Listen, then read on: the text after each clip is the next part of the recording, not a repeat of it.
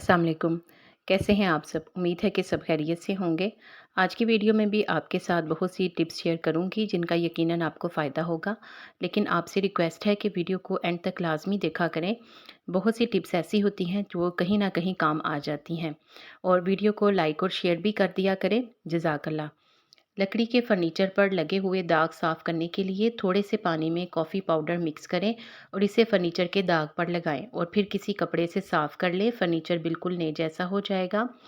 अगर फ्रिज पुराना हो गया हो और उस पर काई या फफूंदी लग गई हो और किसी भी तरह से साफ ना हो, तो इसको साफ करने के लिए सफ़ेद सिरके में थोड़ा सा बेकिंग सोडा मिलाएं और फ्रिज पर जमी हुई काई पर लगाकर साफ कर लें।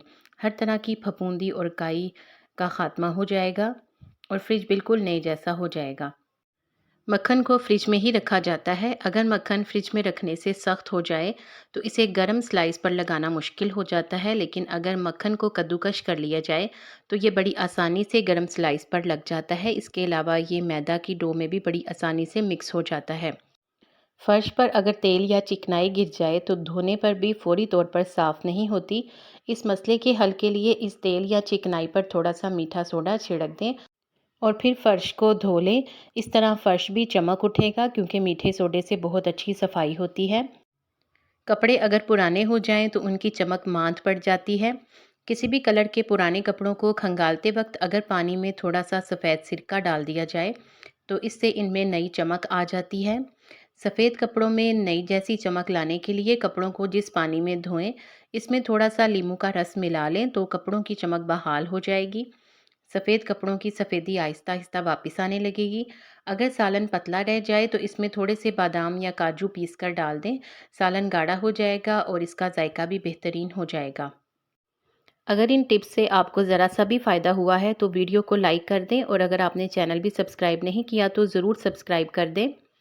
अगर बच्चे को बदहज़मी हो जाए तो 1 तोला सौंफ और 1 तोला पुदीना पानी में मिलाकर उबाल कर रख लें और बच्चे को वक्फे वक्फे से पिलाएं। बच्चे का हाजमा ठीक हो जाएगा। शीशे के जार या बोतलों में अगर पानी के धब्बे पड़ जाएं तो इनको साफ़ नहीं किया जा सकता क्योंकि वहां तक हमारा हाथ ही नहीं पहुंचता। इनको साफ़ करने के लिए बोतल या जार में थोड़ा सा पानी डालें और फिर इसमें 1 चम्मच फिटकरी डालकर ढक्कन को अच्छी तरह से बंद कर दें। थोड़ी देर के लिए छोड़ दें। थोड़ी देर बाद खंगाल कर सादे पानी से धो लें। जार बिल्कुल साफ़ हो जाएगा, चमकने लगेगा। अगर शहद की मक्खी काट ले और कुछ समझ ना आए तो मुतासरा जगह पर घर में मौजूद सफ़ेद टूथपेस्ट को लगा लें। जलन में भी कमी आएगी और सूजन भी नहीं होगी।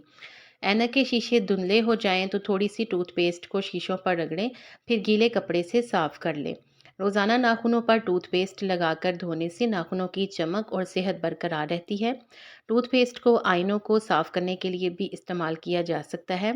इसके लिए आप टूथपेस्ट को आईने पर लगाएं और बाद में गीले अखबार से साफ़ कर लें। पालक को उबालते वक्त अगर इसमें थोड़ा सा मीठा सोडा मिला दें तो पालक का रंग ख़राब नहीं होगा और इसके जायके में भी कोई फ़र्क नहीं आएगा। नारियल का तेल सर्दियों में जम जाता है। अगर नारियल के तेल में 8 से 10 कतरे कैस्टर ऑयल के डाल दें तो तेल जमेगा नहीं। ट्यूबलाइट, पंखों और बल्ब को चमकाने के लिए थोड़े से पानी में सफ़ेद सिरका और डिटर्जेंट मिला दें, फिर कपड़े को इसमें भिगोकर साफ़ करें। आपको इन टिप्स में से कौन सी अच्छी लगी है, कमेंट में अपनी राय का ज़रूर इजहार करें, इससे मुझे बेहद खुशी होगी। मज़ीद अच्छी टिप्स के लिए वीडियो को लाइक और चैनल को सब्सक्राइब ज़रूर कर दीजिएगा। मुझे पता है कि आपने अभी तक चैनल सब्सक्राइब नहीं किया तो ज़रूर कर दें और अगर कर दिया है तो भी शुक्रिया। मिलते हैं अगली वीडियो में। अल्लाह हाफ़िज़।